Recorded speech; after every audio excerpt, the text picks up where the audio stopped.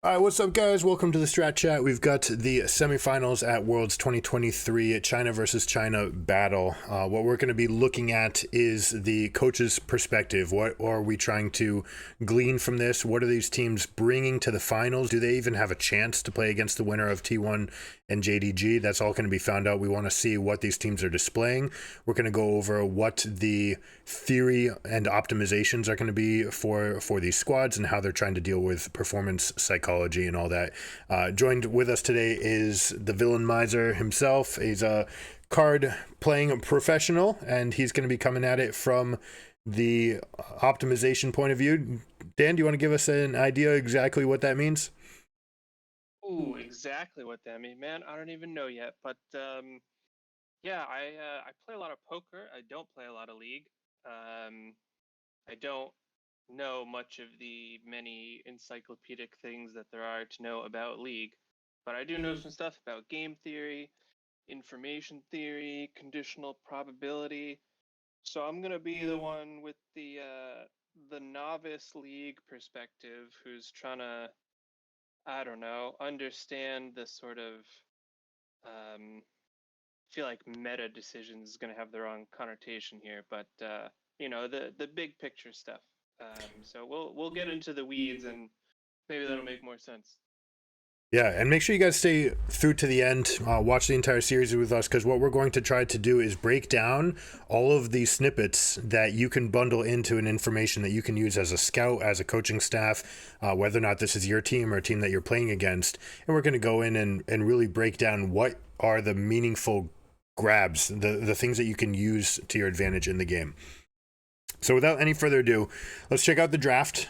We've got a blue side dominated tournament, winning at near 80% clip. This is largely because of the presence of Xayah Rakan and because the meta has such a strong shift towards power picks, namely being Rumble, Nico, Orianna, and Jarvan are being the biggest, most fought after assets, and then also the combination of Xayah Rakan. So there's always a question of whether or not you're going to go for the Xayah Rakan, whether or not you're going to break it up, and what is your draft strategy based on it.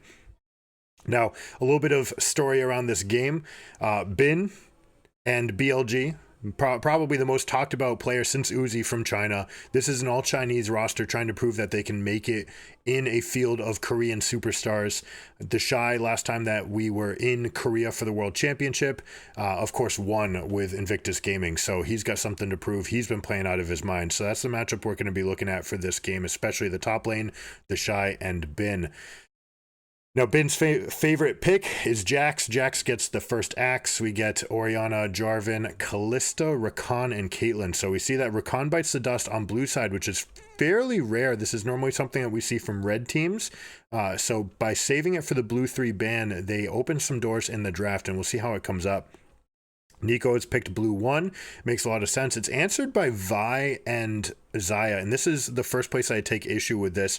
And largely, the teams that are going to be able to figure out the draft on red side are the teams that are going to have success, because right now this blue side priority is getting way too much. Xayah in and of herself is not the singular pick. She is quite strong, but it's the pairing with Rakan that makes her that strong, and the threat of having Rakan forcing the other team to give up power picks. And by picking Xayah here, they've actually given up Rumble, and then they get the premier AD carry team fighter as well with Aphelios. So very bizarre to see this Xayah pick. Xayah, Vi, just not as high on the meta lists. Even if it's on their individual power tier, it should not go to the level where you give multiple power picks over to Weibo Gaming. It's answered with Syndra. Then we get the further steps of bans, supports. We get Nautilus and Blitzcrank. We see a Renata ban, which is meant to keep it away from Aphelios. Next round, we see Aatrox being picked up. Happy to play that into the Rumble. It's definitely not a favored matchup, but Bin has been playing cracked out of his mind with this champion. We get an answer of Bel'Veth and Milio, so we get the disengaged bot lane, and we get Bel'Veth to try to take over the early game with Rift Heralds, and we'll see if they can get the push, get a lot of gold into the pockets, especially of Aphelios. And then we have Rel final picked, which Goes for that engage, says, hey, we need to try to get on top of these guys, especially the Aphelios. We want to have extra access to getting on top of them. We're definitely going to see Syndra QE combo into a Rel flash W with her R, and we're going to see whether or not they put that together. But largely, the first thing that steps out is that red team has not done anything spectacular to beat this vacuum that or this strict advantage that blue team has been manifesting in the draft phases. I don't see that they've done anything differently to prove otherwise in this game. All right, loading out. Weibo Gaming, the super team. This team was put together to succeed. They only finished 6th place in the Chinese standings. However, they were able to win the gauntlet run, beating the 5th place team Top Esports and then beating Edward Gaming to get into the world's spot. China being such a super presence in the tournament that they end up getting 4 spots for themselves.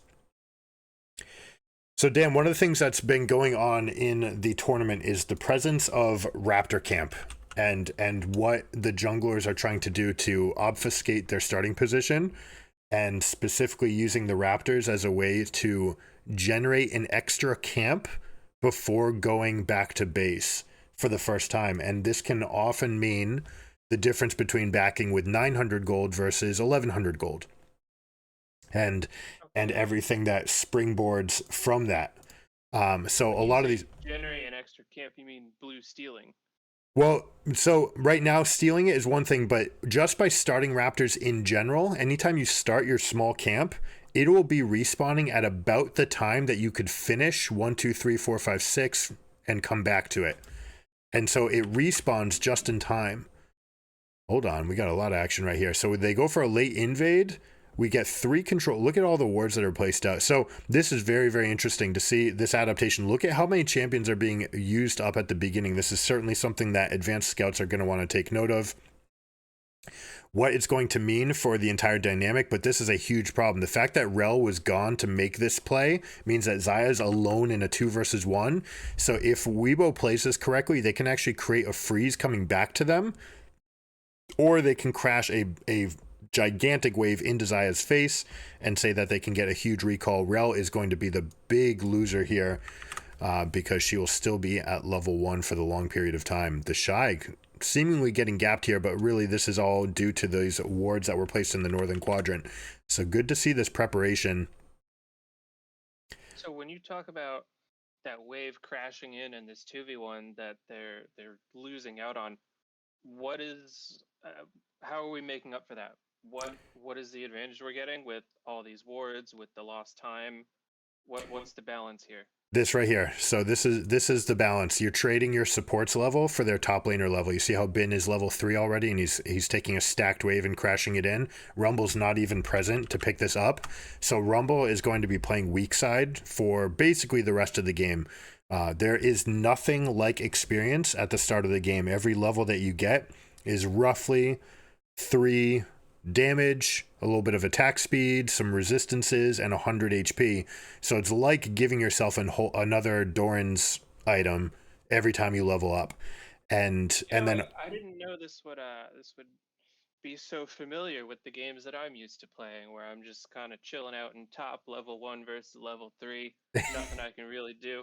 But okay, very interesting. Yeah, no, it's definitely something that can come up. Now, this is what they want to do, especially if this is their superstar pairing and they're saying, hey, we want to win. Bin wants to beat the Shy on this stage, right? He wants to actually be the reason that they're able to come out of this on top. They want to say my superstar is better than yours.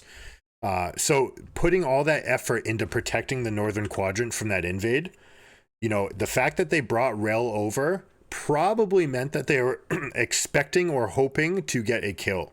And if they had gotten the kill, then they absolutely could have claimed an enormous advantage.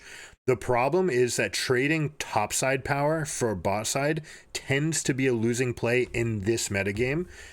In previous years, you've had, you know, your Fiora types, people who could actually end the game split pushing and actually creating enough pressure in one lane that forces you to come to them. That has not been the story of this tournament. It's usually about team fighting, and when it comes to team fighting, you'd much rather have your points of strength be here on the carries, hence their, you know, 80 carry name.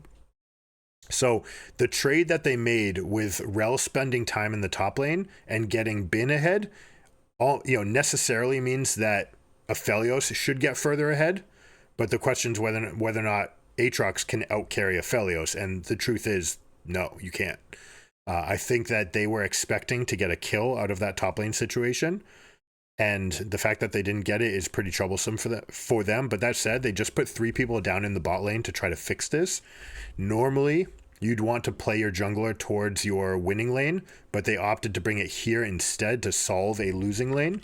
And the fact that they were able to turn that into a kill, obviously very good.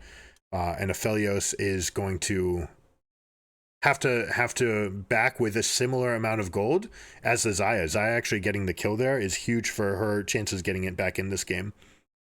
You see this path. Is that an approach that you agree with, where you're saying by default you're expecting jungle to help out your lane that's ahead? Presumably you're just trying to snowball. But here we're trying to restore the balance, and that would imply that if you're leaving the lane where you're ahead and you're just saying, look, hands off, I'm somewhere else, then does that mean top lane has to play a bit more cautiously than they would expect to? They should be super wary about ganks, or maybe I'm just thinking a little too low level here. Like, if you know exactly where the junglers are, you're not exactly worried. Yeah, well, I mean, every play that you make has an opportunity cost because it's necessarily not a play that you're making somewhere else, right?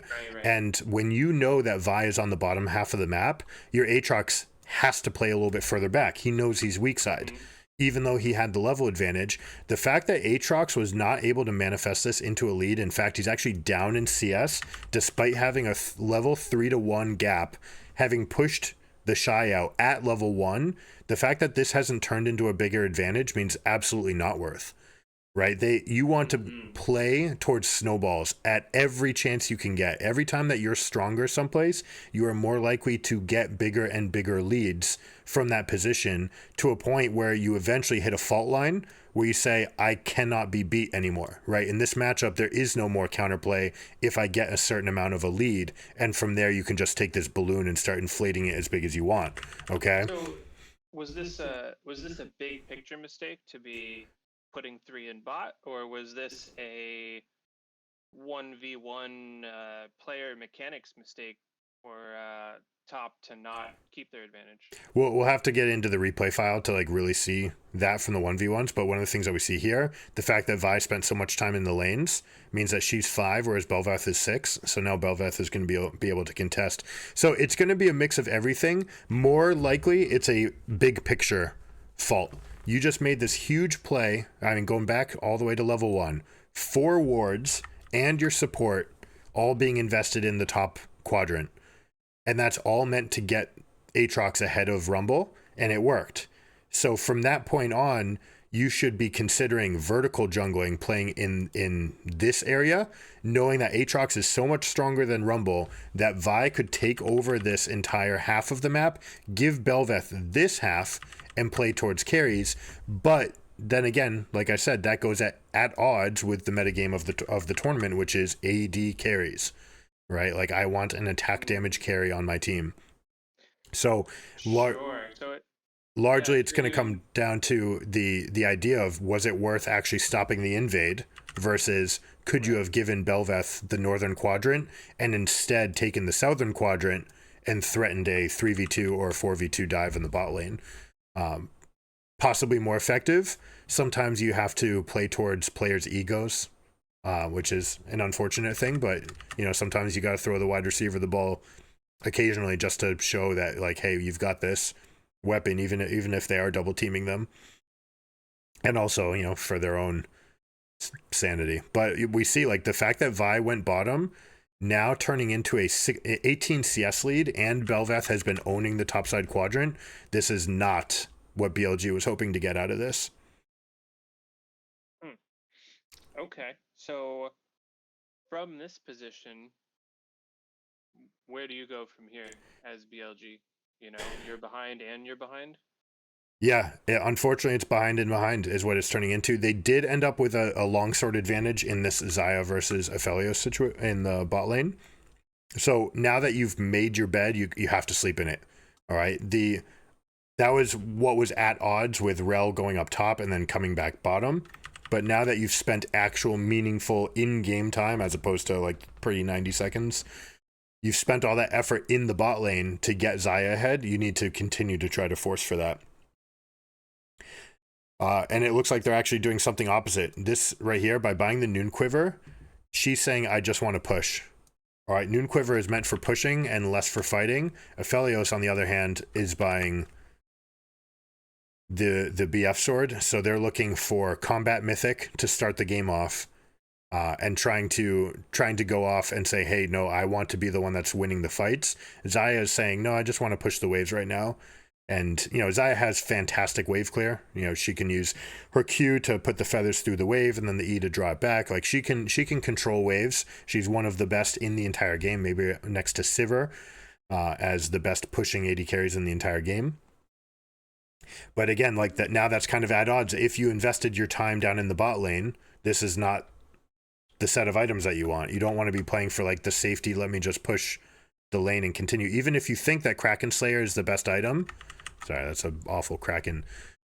Even if you think that Kraken Slayer is the item for you, if you're starting here with Noon Quiver and you're just going for pushing, and now it's like you're blanking the wave state and you're just playing ping pong with the waves, then that's no good, right?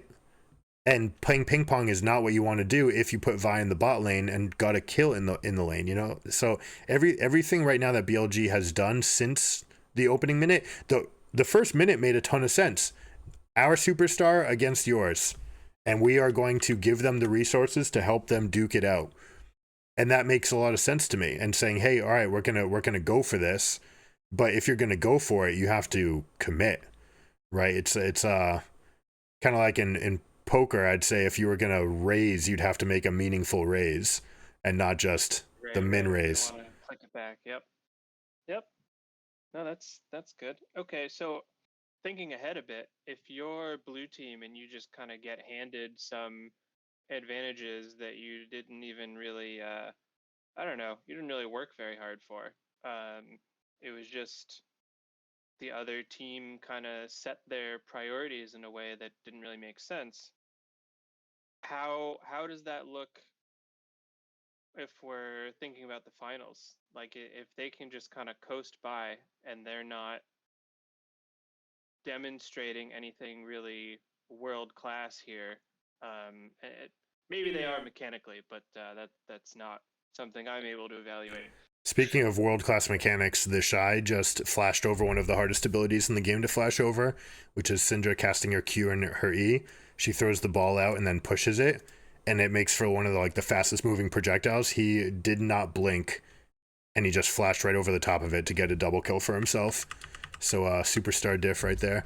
Well, as far as what they invested, they were the first ones. They went for the preemptive strike, right? They were the ones putting the aggression into that quadrant and forcing the enemy team to come up with the right response. In this case, we'll call it the totalic response was not right. In the moment, it looked great. Their level 1 plan looked fantastic. It didn't turn into a kill. So what Weibo can take from this, if they're going into the finals, is or what their opponents can take, hey, look, here's something that they can look to try to do. This is something that is common with every Bel'Veth that you ever see, is Bel'Veths tend to go and steal this camp. It's very hard to keep them off of it because she has 4 spells at level 1, which is better than anybody else, right? She has 4 dashes to get extra damage. It's like an auto reset as well, so she gets tremendous early advantage. So she gets to pick the fight for whatever camp that she wants. Most people tend to go into this little standoff where they just say, I dare you to hit the wave first. I'll save my ability to actually just try to kill the little raptors in response to you doing it. Instead, BLG going and saying, hey, we want to actually fight for this and then create a pressure in the top wave on the top side. That's something that whoever plays against Weibo in the finals, if they get there, is going to have to come up with a better answer, right? How can you take the wards that were placed and maneuver them or change the timings or exploit the timings for your own benefit? I think that's asking or answering your question, right? I think so. Yep. Mm-hmm. Right now, what we are seeing is the Shy playing on absolute point. Haven't seen him miss a beat. And despite having that ridiculously unfortunate start to the game, where he got pushed out of lane and been crashed in enormous wave, level 3 versus 1 just doesn't happen in pro games. And the fact that the Shy is now solo killing Bin is a big problem for BLG, and a what's the word I'm looking for? A harbinger of success for Weibo. And potentially something that they'll look to play for in other games. Because within a series, you start developing mini metagames, right? What's available to my team and to yours based on how people are playing. One of the things that Rumble is doing right now is playing very aggressively with his spike. The fact that he has 2 high damage spiked items early, plus he has another Hextech alternator, means that he is an exceptionally high damage champion right now. Level 11 Rumble is the highest damage champion in the game at level 11. So Weibo is actually stepping on the gas right now and moving everybody all over the place. One of the things that all Bel'Veth teams are trying to do is spawn these little Remoras. You get that by killing the Rift Herald or the Baron. And so when we talk about like putting this draft together, Rumble being the best champion in the game for this tournament, and then the fact that you have the strongest champion plus one that wants to play around topside to kill this as often as possible, and then you have a top tier mid laner that lets you fight for that mid lane prio as well. It's just like I don't see how they were allowed to get this on Blue 2. That's the big thing. And realistically, coming out of this, that should never happen again. That is a big step that Red Team can give. I haven't liked Red Team passing on Rumble, period. And I don't know if it's that they think that there's a pool of counters, because we certainly haven't seen it. There has been no champion that has stood up, and the most popular champions in top lane in the tournament have been Jax, Aatrox, Cassante, and Renekton. And basically these are the only 4 champions, apart from Rumble, that have been picked. There's been a few other splashes, but these champions have far and away been picked much more than the others. And if that's going to be the case, then you need to have a plan for this best champion. Like there has to be something. Rumble is just better than those other 4 champions. And giving Rumble up just doesn't make sense in a draft. Frankly, it could have been first picked. Maybe they thought it would be first picked and they would take Nico Vi. And instead they said, all right, I guess we'll settle for Xayah Vi. But this is, again, like another thing. This should not happen. You don't need to put prio on Xayah. Xayah has a ridiculous win rate, something like 30-9.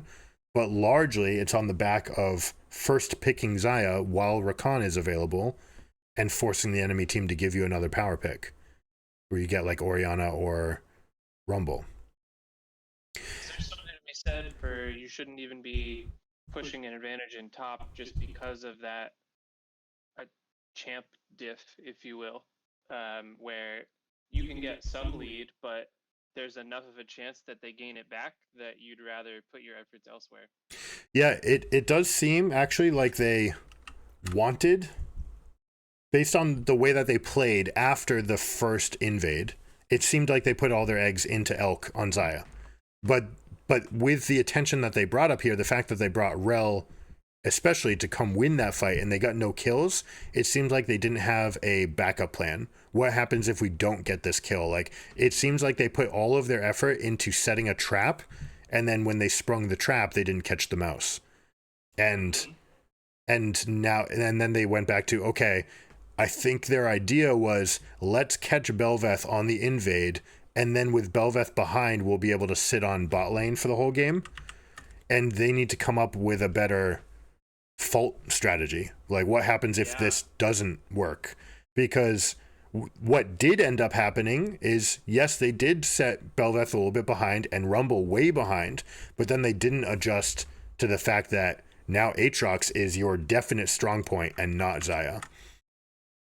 So did they underestimate their failure mode where they missed that kill, or did they overestimate what happens when we get a 3-1 lead and we presume that that's gonna very much stay, you know, going our way? Or is this some amount of both? Like, what do you say is the bigger kind of factor there? So it's impossible to know without hearing comms, but my suspicion and seeing players in situations like this, what often comes up is the hubris of, I am the better player and I have a lead. Thanks, guys. I'm all set now. And that, like, if that comes out, then for one, it's not playing towards that snowball strategy where you should try to take that person and bury them. So there could be that dynamic. It could be Ben saying, thanks, I'm way ahead. I won my lane. You can go elsewhere now. And what we're seeing is that that's not the case, clearly. So say the question again. I want to make sure that I touch all the points to it. Yeah, it's basically, are we, like, if you think about, okay, I'm deciding whether to make play X, and if it succeeds, I get ahead by this amount, and if it fails, we get behind by this amount. Do you think they're overestimating the advantage they gained, or they would have gained, or they're underestimating how bad the disadvantage is? Where you're saying, if we got the kill, it'd be worth it. Well, just how worth it? Like, Right. how much of a lock is that lead versus how much of a lock is this lead for the other team? Mm-hmm. How do we evaluate, the kind of the deviation from the game being balanced? Like, which one of those is greater? And did we think that, I don't know. Like, I don't really know the answer to the question of how big of a deal is it to get that first kill that they didn't get. But it looks like we can at least say there was some underestimation of how bad things could go wrong if you don't. Yeah, I mean, they certainly didn't account for the fact that Rumble would come back into this game. I think that much is pretty blatant. Like, this game plan and how they played, the fact that Vi went down here made it very clear, or makes it clear, that they thought that they had a winning position in top lane. And a winning position is enough at this level where if you get an inch, you can take a mile. That is true at most stages in this game, like in League of Legends, not just this game. When you get a lead, it is very easy to change the rules of the game. You can take more, you can limit the resources in the game, because this is a game where there's finite resources. There's only a spawn every 30 seconds. The jungle camps only come up every 2 minutes and 15 seconds, right? There's actual finite resources, and if you can get a dominant lead, meaning that you have more than 55% of the gold in the game, then you tend to be able to now start to take everything, because you're so much bigger at any point that there's very little contest. This is a perfect rumble out, by the way. Right on the edge of that. I'll give a little applaud to that. But yeah, it's like I said at the very beginning, one of the things that's probably true is it's better to get this guy ahead just as a position, right? This guy's name has carry in it, AD carry, right? I can actually put the game on my back versus top laners that can't. Like, it's just not the environment for that. This is more a tournament about your carries doing well. And that was actually something that BLG, I feel like they almost stumbled upon this, where Ben was their superstar player, but Elk last year on the international stage played at such a high level that Ben actually started going on tank duty, and they looked their best at that moment. And that's why I have to wonder, like, how much is hubris playing into this? You know, is Ben saying, hey, is the team saying, hey, we want to play around you, you're a superstar, versus the general knowledge, which is or the, what's the word I'm looking for? Conventional wisdom that you want to get your AD carries ahead. You like that this is a game, and this environment especially is about your AD carry getting as fed as possible. And that's why these teams at this level have been prioritizing this champion, because he can out carry. He can have the highest impact of all the carries, especially in a front to back situation where the AD carry is expected to create some of the advantage and not just be the one who survives and just deals front to back damage. Aphelios has that huge ultimate where he can either be, well, he's always going to try to deal a huge chunk of damage with his ult, but Xayah is more of like a disengage champion, and it kind of lists towards, again, the red team, why did they even go for Xayah at red 2? Like, there's no threat of Rakan, there's nothing to do with it. It's just a lot of things are pretty backwards from Billy this game. I love. So Go ahead. You're in a tricky spot as the jungler on red side, then, right? Where, okay, just based on the top lane matchup, you kind of expect to be behind if there's no intervention, and the meta says you really want your advantage in bot lane. But if you go for it in bot lane, and let's say it's like a coin flip whether you can even build an advantage there, if that fails and you're behind in top, well then, okay, there's really, it almost feels like it's a foregone conclusion at that point. So are you sort of handcuffed into, well, I'd better look elsewhere, because if my bot lane 3v2 in the beginning doesn't work out, then I'm out of options, because we're probably also losing top anyway. Mm-hmm. So are you sort of pigeonholed into, well, I need to do something else? Or do you think following the conventional wisdom, and I mean, I don't even know what your options are for taking an advantage there, but to just find something else? Do you think there was a mistake here in trying to go top at the beginning? Based on the draft, no. Xayah is a very self-sufficient laner. She can push waves and just ping pong the waves and never really present a target. She's got her ultimate, just puts her up in the air, makes her hard to engage on. She's not the super carry the way that Aphelios or Zeri is. She's much more like well-rounded as a kit, where she can play with her own disengage. She has 2 spells that help her to disengage against opponents, whereas Aphelios, it's damage, 1 root spell and more damage.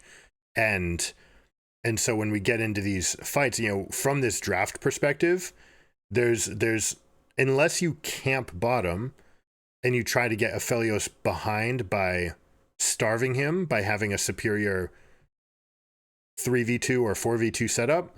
The thing is, they only went down there once with Vi.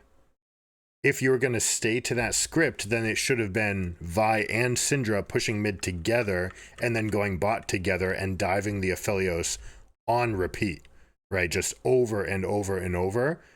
And they didn't play to that script. So looking at this draft, I think they gave themselves a lot of weaknesses by going off meta. I don't want to say off meta, but going lower on the tier list early to try to create something. And that, if Rel is your big haymaker that you get as your red team 5th pick advantage, where you get to solidify the composition however you want it to look, they didn't actually make it happen with Rel. They tried to do something at level 1. Oh my, here's the big burst from Aphelios, by the way. Just absolutely ripping into them. 60% of 2 people's HP bars. Rumble is going to come in with an ultimate, and this fight's done. Now, they picked Aatrox after Rumble, and Aatrox, you can make an argument that he's going to be a better carry champion than Rumble. We saw that one fight up in the top lane for a moment that Aatrox actually almost 1v3'd. Or I don't want to say 1v3, but he almost got a kill on the Rumble despite being in a 1v3. And so they could have played for that, but then again, right, Vi would have had to continue burying that top lane. It's a tricky spot. This just sounded like a whole snowball of mistakes before minute 2 in the draft, in which part of the map we're playing. I don't know, like if you're trying to help BLG here, whether it's at the beginning of this game trying to intervene with some of the decisions, or whether it's going into game 2. How do you rectify that draft, or how do you take this game into account and figure out what you're strategizing for game 2? Mm-hmm. This is going to be the crux of what I want to look at right here. The fact that Rel came straight into this bush. I want to see the timings, whether or not they got here any faster than each other. Unfortunately, we're probably not going to get it. Yeah, we show up as they're getting here. Weiwei should be able to get in here unspotted by kind of looping around slightly. But you get to this area at about the same speed that On would get here coming from mid lane. So whether or not they actually know that Bel'Veth is here, they clearly suspect it, because you're not putting Rel in this position unless you suspect the enemy team's jungler's here. Notice how Xayah's like by herself here. So they clearly have an idea that Xayah wants to be this sentry spy on the bot side, and that they're trying to set some sort of trap here on the top. If you're going to do this, I mean, I love the concept of an exploit, but it needs to be fleshed out to later points, which is, okay, top side's going to be strong. Necessarily Xayah's going to be behind because she's stuck in a 2v1 for a bit, right? Like that's a big problem when it comes to figuring out where your other positions of strength are going to be. And then when you do go here, okay, that's fine. If she's going to be weak side, she can be weak side, but Xun has to continuously press upon top. So I'm looking right now to see how they tried to put this web together. They say, okay, we backed out. So they actually went out and saw this ward. They know, Weibo knows that they're spotted because they were in this ward. They were in this bush, and this little symbol here shows that they pinged this ward. They know it was placed. So they said, we're going in with a late spot. So clearly, BLG has the call. We can set this trap. Like Aatrox coming through the river, this is something you don't see, because putting these big walls at your back generally only hurts you. So the fact that Aatrox is coming in and wrapping in as the people are coming, Xayah's even looking to come over, like they are definitely trying to spring this trap. So now the question is whether or not it comes down to execution. Xun leaving her spot right there, that's actually a big miss. Your entire team wants you to have vision so that they know exactly the angles to come in. And the fact that you got zoned out means that your team now has to stretch a little bit, and you're reaching for this spot. Now they're very happy, right? 4v3, and Xayah's actually here to help as well. Xun should have been willing to, realistically, should have been willing to die, but especially to lose, a significant portion of Vi's health as a resource. So they're coming up here. They're setting this trap. Yeah, okay. This is where it is. This is the miss.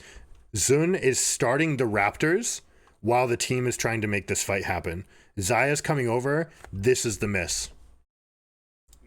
By all accord, this could have been an engage. They could have gotten at least this guy dead, and probably both of these as well. Because Xayah's coming over. They are coming to try to get a 900, well, more than that, because we're talking assists as well, 400, 600. We're looking at 1,500 gold on the table if they get all three of these kills. Now, that does not equate towards the experience that you actually lose in the bot lane for like them getting the level spike first. But the fact that Vi calls this off, now Xayah's late to lane, and she has to be careful because there might even be someone just ambushing her here because they don't know where the other two people are. So we'll see whether or not she has to move cautiously. But also the fact that the Shy needs to leave now. They ignited as he's burning the potion, right? So they did that to mitigate the effect, sort of forcing the recall. I don't actually like that at all.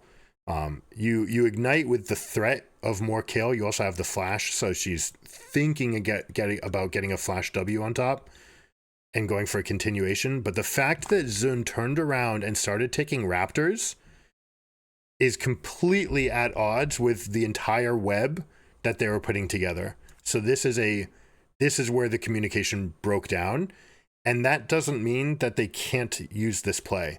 But perhaps what tends to happen when communication breaks down and there is a fault line, like just an asymptote, right? Like, this should not happen. Like, we went from this position down to this position because we just can't have this. We can't have a rift in comms. We can't have one person starting Raptors while the other people are trying to capture, close the trap. So that becomes the coaching point of make sure that we're like committing to the call and finishing it. You know, let's do what we practiced. If we rehearsed a scenario, which they clearly did, right? They came in here, they dropped a ward, they stepped back, and they went exactly out of vision. Like, I want to show you exactly how premeditated this was. They stood here, which was exactly enough distance for people who are trying to not be seen to hide, to go in here. So these blue people made it into this bush at exactly the depth that red team could not see them, but it also means that blue team could not see the red players. So they continued forward. These guys are not spotted, so now they get to close this trap. Yeah. Wow. This should have been a 5 versus 3. Maybe 2 people get away. All 3 flashes should have been burned, and then they could have played for a strong top side because all 3 of these players would have been behind. Bot lane would have had to play ping pong. Ping pong just being like bounce the wave, push it, recall, buy an item, come back, do it again, and play for like a slight amount of loss. I generally don't like that in this environment where AD carries are so prevalent, but Xayah is like the best champion to do it on. Ezreal maybe one of the other better ones where they have their own self-peel. They can play very safe. They can be a weak side carry where they just get their farm and then they be impactful later. This whole strategy should have amounted to a dominant topside position. And we just didn't get it. We see the first rift by this guy stepping out. And we see the second rift. Like, these are spells on cooldown and everything. Nico throwing the Q means that you know that she doesn't have any spells, but more importantly, you know that she doesn't have her best spell for any kind of like fighting back. And so they end up chasing this flash being used by Aatrox. Yeah, so this is another thing, right? They're using these resources. Rel uses Ignite, Aatrox uses Flash. Like, yeah, you get a couple back from Rumble, but eventually they just come back. Now, here's where he tries to stick it out long enough. It's like, all right, did you guys overcommit on your pull on us? Can we actually trap you? And then once it becomes apparent that nothing else is happening, now Belveth, like even from here, you could still call a winning position. Xayah has no business stepping up at all here. Now, there are very few lanes that can actually claim kill threat at level 1. You just don't have enough spell rotation. You need to have some effect that slows them or makes you faster, like Kalista or Ashe, that they can actually consolidate a kill here. Elk is trying to step up and basically willing to sacrifice 40% of their health to get the experience from these 3 melees dying. And that's what Weibo is punishing very, very astutely right here, saying, no, all right, you want to step up, we will tax you for it, and you're still not going to be able to get the effect that you want, right? Like, we're still going to be able to zone you off. Now, this continuation's interesting. The top side, the fact that Rumble was willing to use both of their potions to try to stay in this lane versus just going back right away. Aatrox doing the same thing. You see, like, you can only see it on the mini map right now. But Aatrox is actually skipping getting last hits to zone Rumble off of the wave entirely. And what you're doing is saying, I'm not getting gold, but neither are you, but I am getting experience and you're not. And this is the appropriate response for this sort of situation. So very well done by Ben. This is actually the 3rd time we've seen him show this skill set. You see how he's 2 and he's 1. Rumble's being just outside the range. He's trying. He wants to stay in range to get these. But Ben is saying, no, I'm actually going to kill you if you step up at all. So this is perfectly done by Aatrox. And like I said, this might have been the situation where he said, okay, guys, thank you. I won top. Who knows whether or not that actually happened, but this is clearly the end of things going well for BLG. Okay, so based on even just that, and we're at, 220. Let's say we didn't get distracted by Raptors. Well, now suddenly BLG is in a great spot to snowball everything.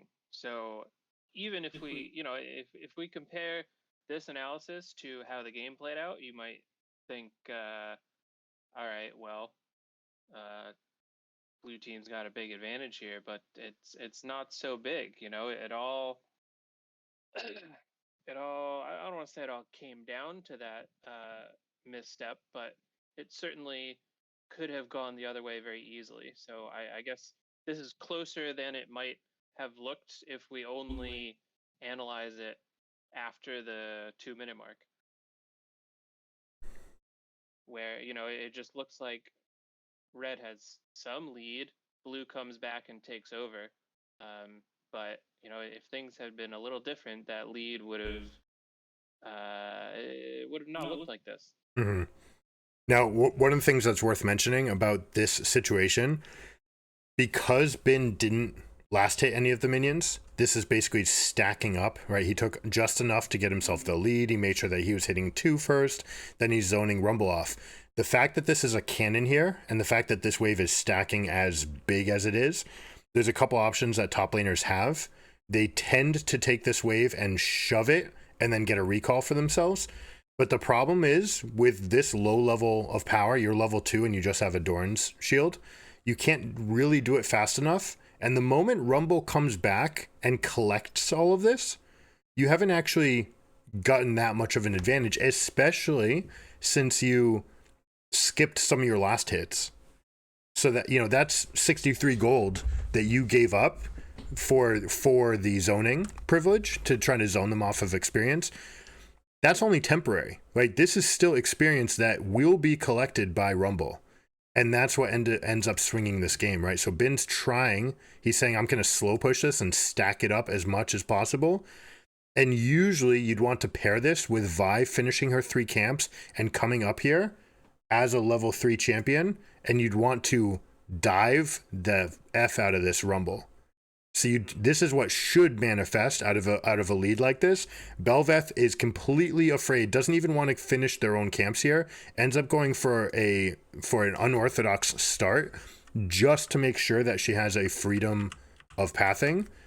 Normally, you'd want to take this kind of advantage and turn it into a 4th wave, which is spawning right now, basically arriving at the same time as the Rumble.